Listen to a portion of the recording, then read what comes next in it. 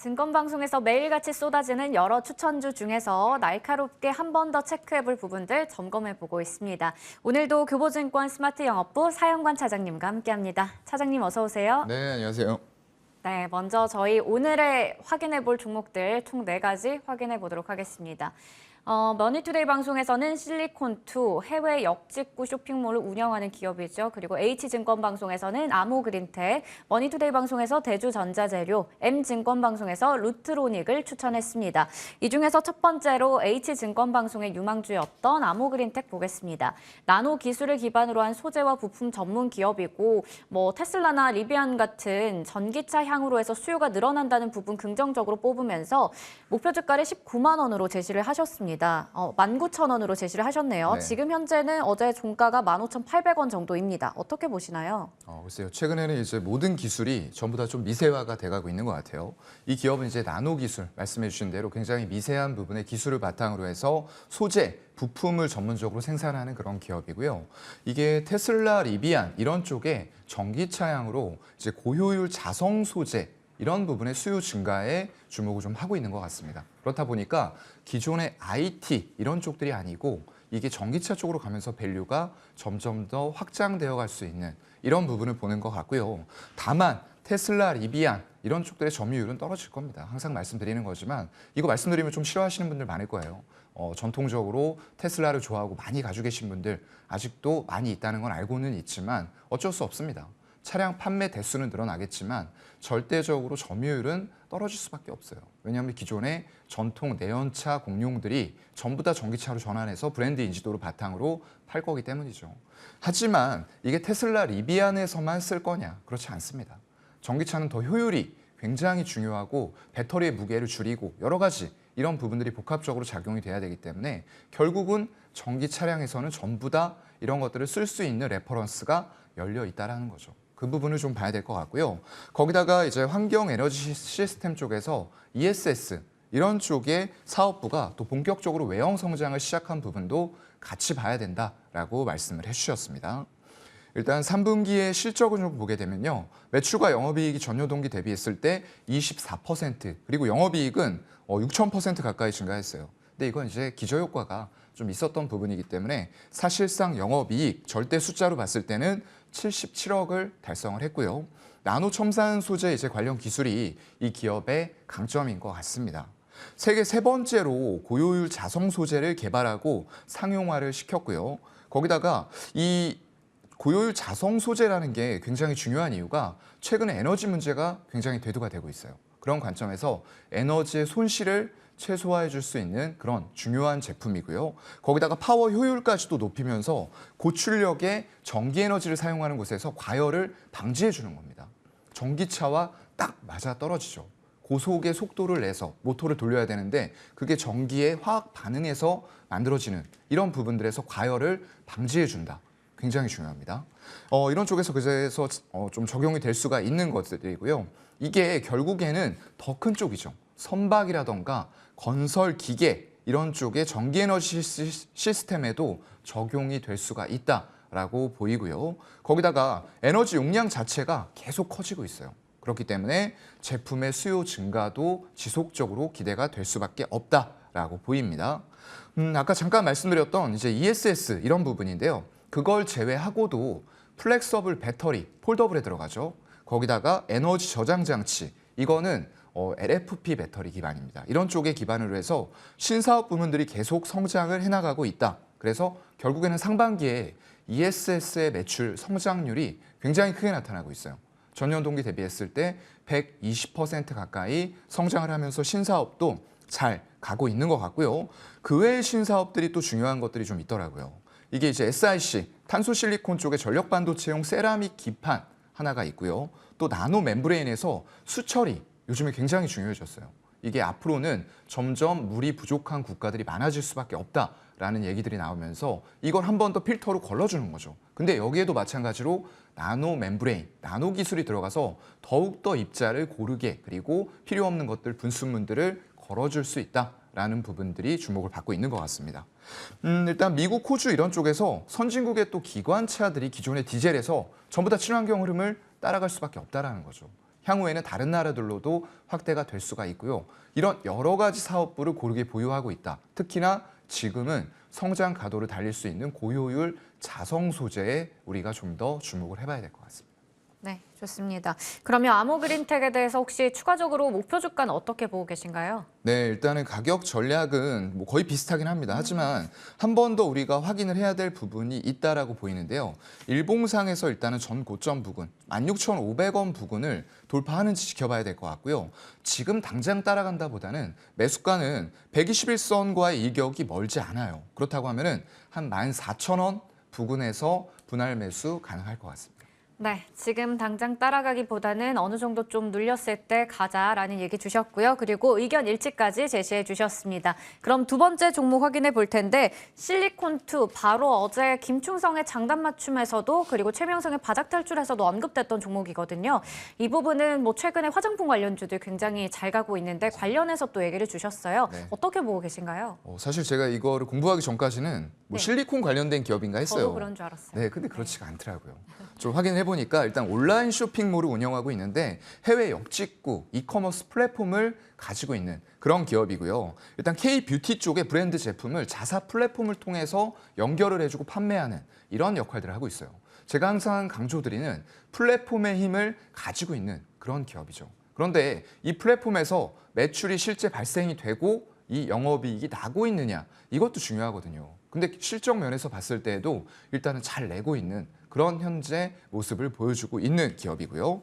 글로벌 150여 개국으로 수출을 하고 있어요. 거기다가 이 기업의 이제 최고 강점이다라고 볼 수 있는 부분은 현지화 물류 전략입니다. 이거에 여러분들이 주목을 하셔야 될 것 같고요. 결국 이걸 통해서 플랫폼이 갖춰지고 있다. 그래서 이 기업을 단순히 유통기업으로 보시면 안 돼요. 플랫폼 기업으로서의 가치를 인정해 줘야 되는 그런 기업이라고 보이고요. 해외 지사를 통해서 물류 현지화에 적극적으로 전략을 펼치고 있어요. 그래서 국내 유통기업 최초로 AGV라고 하는 물류 로봇 시스템을 구축을 했습니다. 그런 기반들이 결국에는 대형 물류센터에서 적용이 될 거고요. 향후에 더 효율적인 영업 환경을 만들어줄 수 있는 이런 부분이 될 수가 있다는 거죠. 그래서 한국 브랜드에 관심이 있는 여러 군데의 소비자들, 각국의 소비자들에게 굉장히 편의성 있는 플랫폼을 제공하고 있다라고 판단이 됩니다. 이런 고도화 물류 시스템 기반으로 해서 3PL, 드랍시핑 이런 쪽에 고객 니즈에 최적화된 맞춤형 서비스를 제공을 할 수 있다라는 게 타 유통 플랫폼과는 조금 차이가 있는 부분이라고 보이고요. 그래서 3분기 실적을 보게 되면 영업이익도 전년 동기 대비했을 때 146%가 또 추가로 증가를 했어요. 어려운 시기에도 플랫폼의 힘을 보여주고 있는 전형적인 기업이다라고 생각이 되고요. 그만큼 밸류를 많이 받아야 될 텐데 아직은 시장 환경이 그렇게 우호적이지는 않습니다. 하지만 향후에는 충분히 밸류를 받을 수 있다라고 보이고요. 가격 전략은 일단 한 2,150원 정도 마지막 이평선이 위치하고 있는 곳까지 분할 매수 가능할 것 같고요. 목표가는 2,500원, 일단은 일봉 매물대가 생각보다 두껍습니다. 여기에 2억주 정도의 이 분홍색 매물대가 걸쳐 있기 때문에 만약에 여기를 돌파한다라고 했을 때는 121선이 기다리고 있는 2,700 중반대까지 목표가 보도록 하겠습니다. 네, 실리콘2에 대해서도 역시나 의견 일치 제시해 주셨고요. 가격 전략도 한 번 더 짚어주셨습니다. 그렇다면 이번에는 세 번째 종목입니다. 대주전자재료도 어제 M증권방송의 추천주였는데요. 머니투데이 방송의 추천주였던 것 같은데요. 대주전자재료 이제는 또 실리콘 관련주가 나온 것 같습니다. 네. 실리콘 관련해서 대주전자재료 목표 주가를 12만 원으로 제시해 주셨거든요. 어떻게 보고 계신가요? 네, 아까 사명은 실리콘 같은 기업이었지만 아니었고요. 드디어 실리콘 기업이 나왔네요. 네. 일단 이 기업은 전자부품용 소재를 종합적으로 개발하는 그런 회사입니다.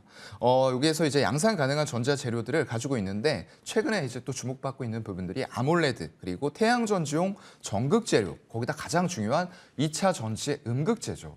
양극재가 배터리 원가에서 40% 이상을 차지한다라고 했을 때 두 번째가 뭡니까? 분리막하고 이 음극재죠.